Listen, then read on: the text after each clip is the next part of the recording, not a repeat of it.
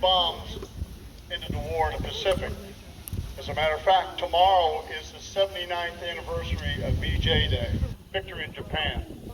So which next year will be the 80th. Like this year was the 80th anniversary of the landings at Normandy. And we've already had the 80th of the liberation of Paris. Paris was liberated.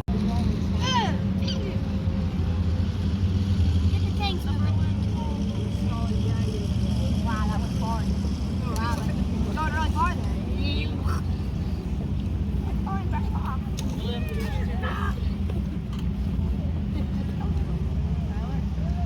How's my suspicion?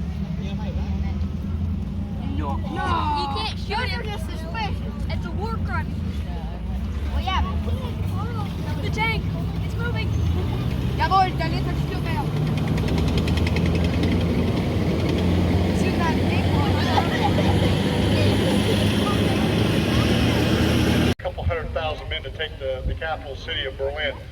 Rome had already fallen, so one Axis capital has already fallen, and that was Rome. And matter of fact, it was June 6, 1944.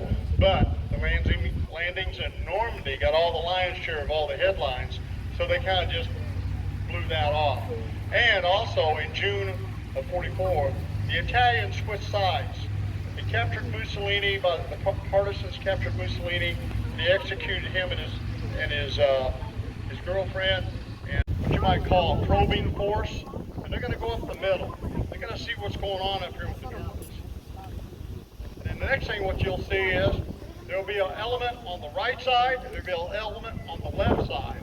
So what they'll be doing is suppressing fire, and then the two elements on either side of the flanks are going to try to roll up or try to outflank the German trenches here. So, and then the next tactic after that is once they get on either side of the Germans here on either side of the trenches, it's another tactic called mopping up, or they're going to be rolling them up. They're going to go right down that trench. A couple 100,000 men to take the capital city of Berlin.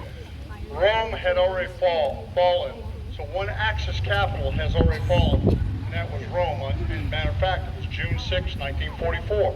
But the landings in Normandy got all the lion's share of all the headlines, so they kind of just blew that off. And also in June of 44, the Italians switched sides. They captured Mussolini, the partisans captured Mussolini. They executed him and his girlfriend. And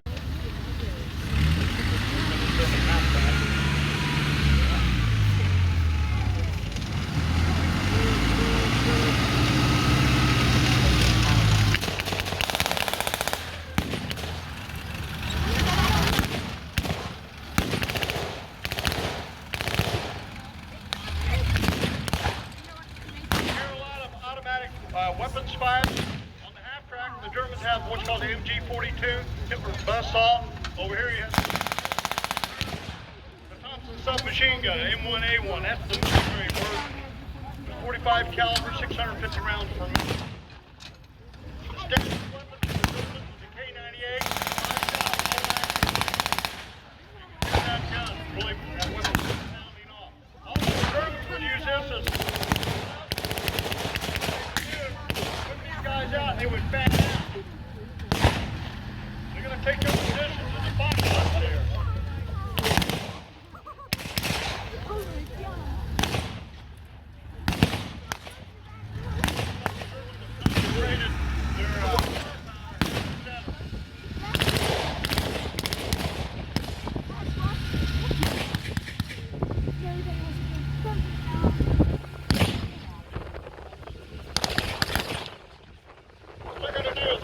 Fire for a while and try to outmaneuver each other.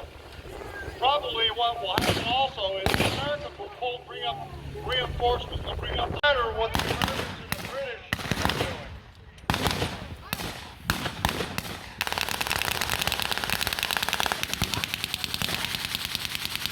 The other four automatic weapons you get out of here is what's called the MP40 or the sniper. You can hear it up there on the entrenchments. That's it right there, finding out. That's a very, very distinctive sound.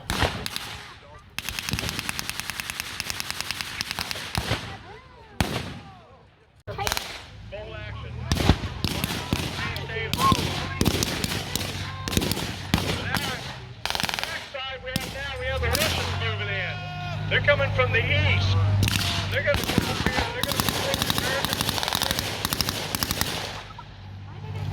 Now they have one of the best tanks of World War II, the T-34 Russian tank.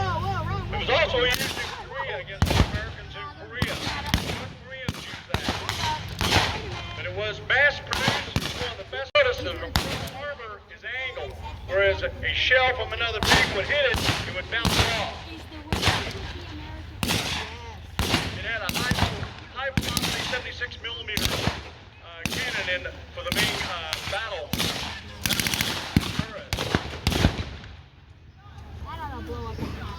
And then there's two tanks on the left side, laying down suppressing fire for the infantry.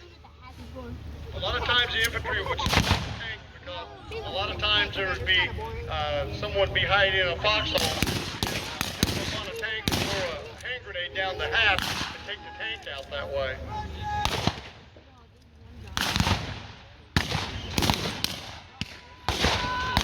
Looks like the Germans are starting to scramble a little bit. They're retreating back. Also, you can see out there on the field, you see the combat medics. These guys were unarmed and they took the turn too. They had no weapon whatsoever.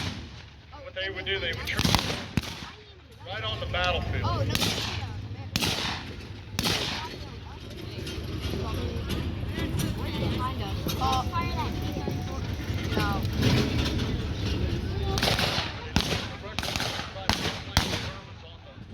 Left side. Moving up with their T-34 tank. The Russians have been doing nothing but just acting. They're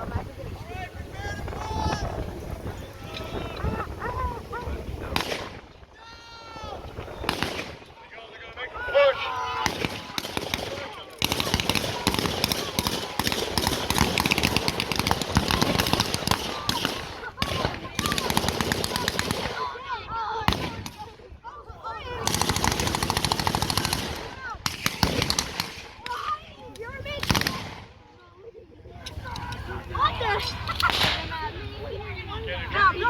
You're coming with us.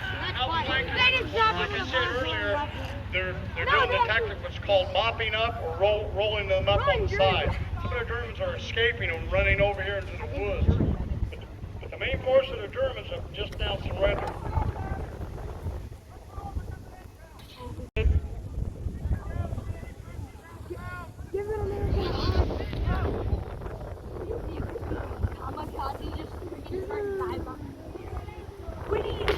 So what they'll do when they capture these Germans, what they'll do is they'll take their weapons away from them, they'll frisk them, pat them down for any kind of intel or any weapons that they may have. Grenades, knives, guns, anything. As you can see, the Germans have their hands above their head, so they've surrendered. So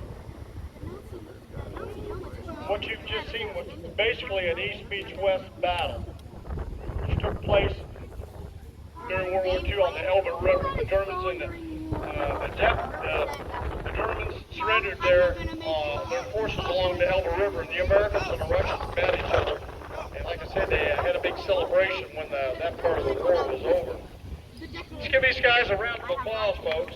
And there's one thing we like to stress: we're not glorifying war. It's all about education, and so we want everybody to know that. These weapons are weapons of war.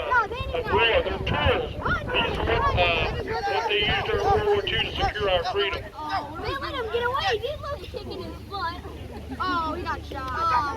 The rest of you move! 9! All right, looks like that's the end of our scenario. Thank you very much, and thanks for coming.